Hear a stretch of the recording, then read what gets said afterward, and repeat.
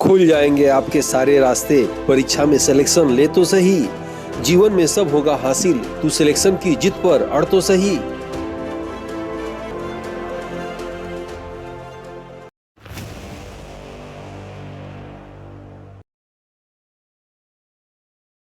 Aditya classes exam गुरु channel में आप सबका स्वागत है। हम लोग की ये इतिहास की 5वीं क्लास है। जैसा कि आपको बताया था कि क्रम देखते हुए आप चलिएगा। और हम लोग भारतीय इतिहास और भारतीय राष्ट्रीय आंदोलन में देखा जाए तो सबसे अधिक प्रश्न भारतीय राष्ट्रीय आंदोलन से आते हैं। इस क्रम में आज हम लोग की क्लास भारतीय राष्ट्रीय आंदोलन की जो है, हमने ये 2 चैप्टर समाप्त कर दिया है और ये 5वां चैप्टर है। प्रमुख तिथि और एग्जाम में अक्सर बार बार पूछे जाते हैं, तो मैंने सोचा है कि इन चैप्टर के बीच में पहले आपको तिथियों को रटवा देते हैं, फिर जो है आगे जो है उसको बताते हैं। तिथियों के क्रम में देखा जाए, भारतीय राष्ट्रीय आंदोलन में बार बार पूछे जाने वाले, याद रखिएगा, परीक्षा संबंधित महत्वपूर्ण तिथियों की सूची दी गई है। इसे ध्यान से देखिएगा, हमेशा याद रखिएगा, संभाल के रखी हुई चीज और ध्यान से सुनी हुई बात काम जरूर आती है कभी न कभी, इसलिए ध्यान से सुनिएगा और रटिएगा, ये आपके एग्जाम में आएगा। आइए देखते हैं, यहाँ आप देख रहे हैं परीक्षा संबंधित महत्वपूर्ण तिथियों की सूची दिया गया है। तो सबसे पहले आप देखेंगे 1757 में प्लासी का युद्ध होता है। डिटेल आपकी क्लास में आपको बताया गया था, डिटेल देखना हो तो हमारे प्ले स्टोर पे जा सकते हैं यूट्यूब के, और सब्सक्राइब करके। नेक्स्ट आप देखेंगे 1759 में बेदरा का युद्ध होता है। उसके बाद 1760 में वांडीवास का युद्ध होता है। 1773 में रेगुलेटिंग एक्ट आता है और 1784 में पिट्स इंडिया एक्ट आता है। ठीक है, इस बीच में एक युद्ध होता है 1764 का, बक्सर का युद्ध। ठीक है, याद रखिएगा। अगर आपसे पूछा जाए कि पहला युद्ध अंग्रेजों का कौन था जिससे उन्होंने अपनी मजबूती पाई, तो 1764 का बक्सर का युद्ध। नेक्स्ट आप देखेंगे 1793 में, याद रखिएगा, बोर्ड ऑफ कंट्रोल का गठन हुआ। 1813 में प्रथम चार्टर्ड एक्ट आया, ये बहुत इंपॉर्टेंट है, याद रखिएगा। इंपॉर्टेंट इसलिए है कि इसी प्रथम चार्टर्ड एक्ट की तरह भारत में सबसे पहले 1 लाख रुपया खर्च होने के लिए भारतीय शिक्षा पे आया। लेकिन 1 लाख रुपया जो खर्च होने के लिए भारतीय शिक्षा पे आया, वो किस शिक्षा पे खर्च किया जाए? क्या भारत में पहले से चल रही शिक्षा, उर्दू, हिंदी या संस्कृत, फारसी, जो भी भाषा चल रही है उस पर खर्च किया जाए, कि नवीन विद्या जो है अंग्रेजी पे खर्च किया जाए? अगर अंग्रेजी पे खर्च किया जाए तो पश्चात, अगर पुरानी विद्याओं पे खर्च किया जाए तो याद रखिएगा उसी पांचवी विवाद। तो यहाँ एक विवाद आ गया। तो इस 1813 में यह पैसा आया, और यह इसका जो है विलियम बैटिंग के समय, याद रखिएगा, 1835 में मैकाले ने क्या किया था, इसको अपने फिल्ट्रेशन थ्योरी द्वारा इस पैसे को जो है कहा कि अंग्रेजी पे खर्च किया जाए। तब से भारत में अंग्रेजी शिक्षा के जनक जो है, याद रखिएगा, मैकाले को कहते हैं।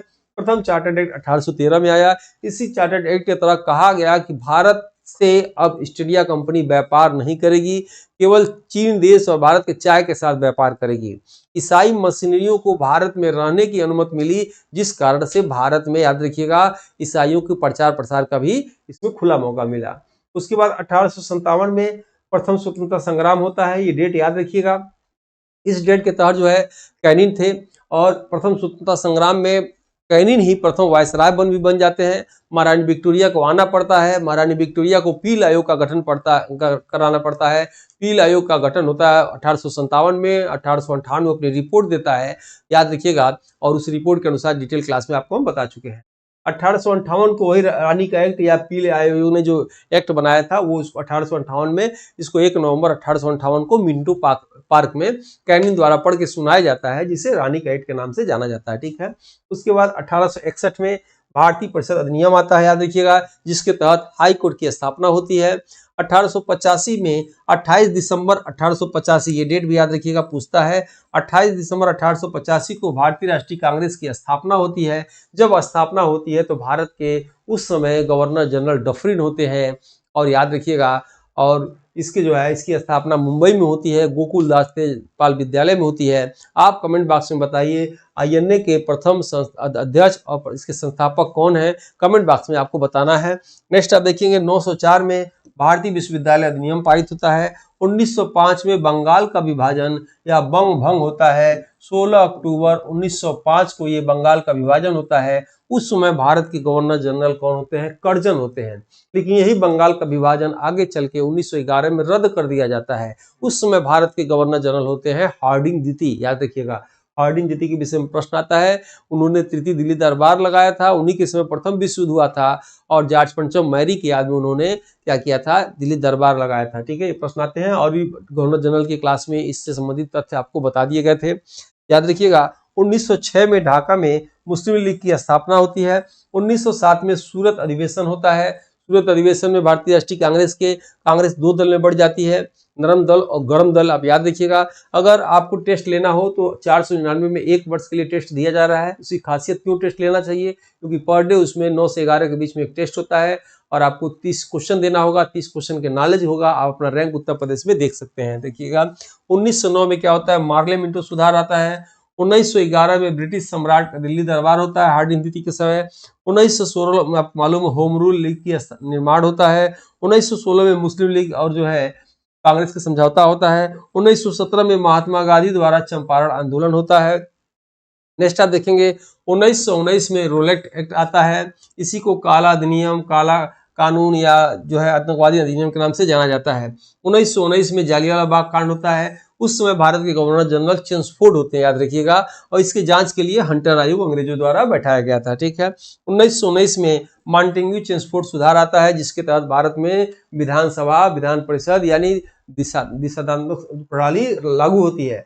1920 में याद रखिएगा खिलाफत आंदोलन होता है। 1920 में जो है असहयोग आंदोलन होता है, और यही असहयोग आंदोलन जब चौरी चौरा कांड होता है 5 फरवरी 1922 को, तो रोक दिया जाता है और महात्मा गांधी को जेल भेज दिया जाता है। नेक्स्ट आप देखेंगे 1922 में चौरी चौरा कांड होता है। 1927 में साइमन कमीशन की नीति होती है। 1928 में साइमन कमीशन का भारत आगमन होता है। 1929 में भगत सिंह द्वारा केंद्रीय असेंबली में बम विस्फोट होता है। 1929 में कांग्रेस द्वारा पूर्ण स्वतंत्रता की मांग होती है। और 1930 में सविनय अवज्ञा आंदोलन होता है, याद रखिएगा। 1930 में प्रथम गोलमेज सम्मेलन होता है। 31 में द्वितीय गोलमेज सम्मेलन होता है और 32 में तृतीय गोलमेज सम्मेलन होता है। इन तीनों गोलमेज सम्मेलन में भाग लेते हैं कौन, डॉक्टर भीमराव अंबेडकर, याद रखिएगा, डॉक्टर भीमराव अंबेडकर जी भाग लेते हैं।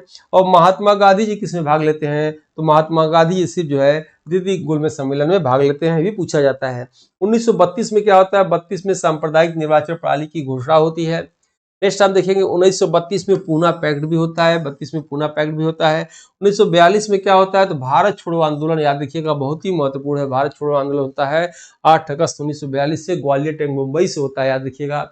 और 1942 में याद रखिएगा ये क्रिप्स मिशन का आगमन होता है। इसके विफलता के बाद ही याद रखिएगा महात्मा गांधी क्या करते हैं, भारत छोड़ो आंदोलन शुरू करते हैं।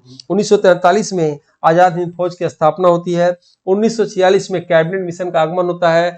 और आपको बताया गया था ये टक्कर बैच है, पिछले बैचों की तरह इस बार पेपर को टक्कर देने की टक्कर बैच मात्र 499 में 1 वर्ष के लिए है। ये क्यों लेना चाहिए, क्योंकि पर डे इसमें टेस्ट होता है, video classes, theory, solid paper आपको मिल जाएगा। इसमें 9 से 12 जो टेस्ट देंगे, अपना रैंक आप देख सकते हैं। यह test paper LT grade, GRC, GDC, assistant professor के लिए महत्वपूर्ण तो है ही है, साथ में अन्य परीक्षाओं जीएस की तैयारी कर रहे हैं तो आपको ये टेस्ट लेना चाहिए। मेरे द्वारा ये बुक लिखा गया है, थियरी बुक है जीएस का, आप ले सकते हैं। जीएस सबका एक ही होता है और 50 सेट चैप्टर अनुसार मैंने बना दिया है। एक सेट में जो है 30 क्वेश्चन है। इसे आप अमेजन से भी मंगा सकते हैं या examsiddhi.com हमारी ऑफिशियल वेबसाइट है, उससे भी ले सकते हैं। अगर फ्री में टेस्ट देना हो तो टेलीग्राम ग्रुप से जुड़ जाइए, पर डे इसमें टेस्ट होते हैं। सभी लिंक इसमें जो है व्हाट्सएप में दिए जाते हैं, आपको इससे जुड़ जाना चाहिए। आइए एक पेज बता था, उसको भी देख लिया जाए। और 1946 में क्या होता है, भारतीय संविधान सभा का निर्वाचन होता है। 1946 में अंतरिम सरकार का भी स्थापना होता है। 1947 में भारतीय स्वतंत्रता की भी इसमें स्थापना होती है। और इसी के साथ ये छोटा चैप्टर था हम समाप्त करते हैं। आप सबने मेरे क्लास को इतनी देर तक देखा, इसके लिए आप सबको बहुत बहुत धन्यवाद। मिलते हैं हम लोग जल्द ही नेक्स्ट वीडियो में। और वीडियो कैसा लगा कमेंट बॉक्स में फीडबैक जरूर दीजिएगा। मिलते हैं नेक्स्ट वीडियो में, तब तक के लिए जय हिंद, जय भारत।